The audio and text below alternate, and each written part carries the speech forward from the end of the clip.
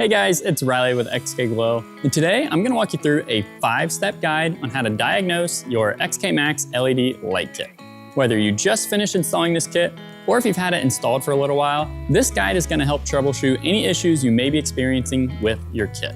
So here are the 5 steps that we will cover in this video. We will make sure the controller has power. We will confirm that the phone is paired. We will check the configuration of the lights in the app. We will inspect all of the wiring.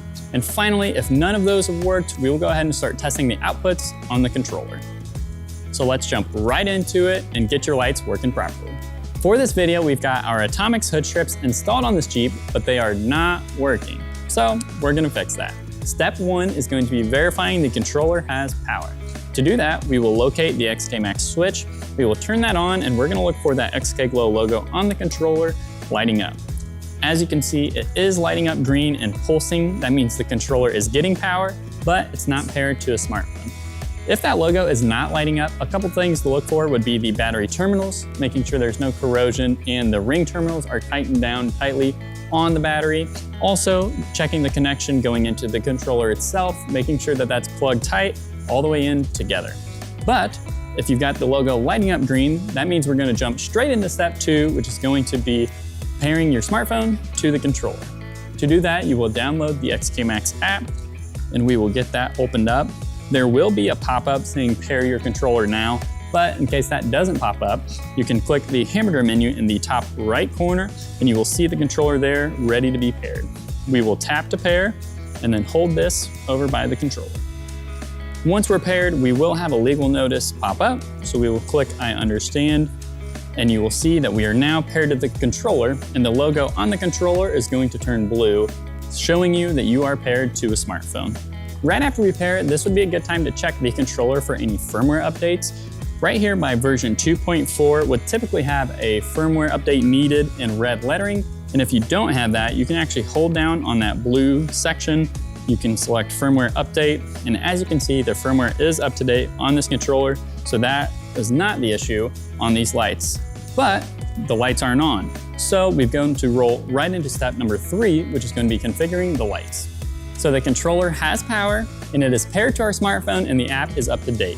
Now we will move to step 3, which is configuring the lights. To do this, we will jump into the XKmax app and we will go to the configuration page. Once we are in there, we will go to connect lights. And as you can see, this page is empty, meaning we need to put the products we are troubleshooting into the configuration. To do that, I will choose channel A and hit the plus sign. And now I will select the hood gap strip or the 36-inch panel gap strip.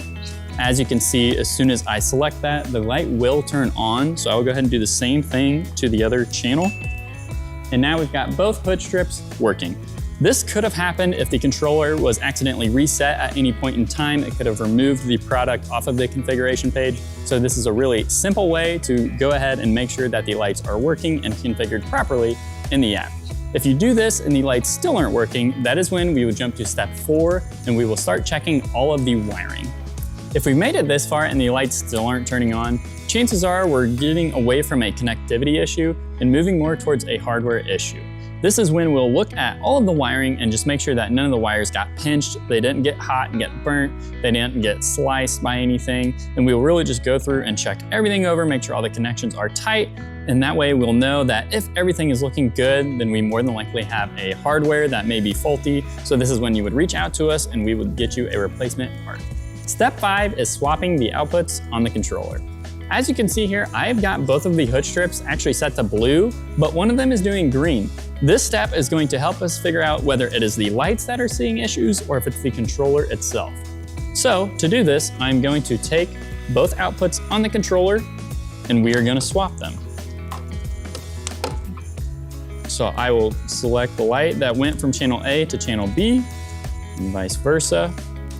And when we do this, you can see that the color change has now switched sides, telling me that it is the controller that is seeing issues. If the light on that side had stayed green the whole time, that would mean that the light is seeing issues and we would get that one replaced. If you're seeing issues like this, you do have a malfunctioning hardware, so be sure to reach out to our customer service so we can get a part sent out to you.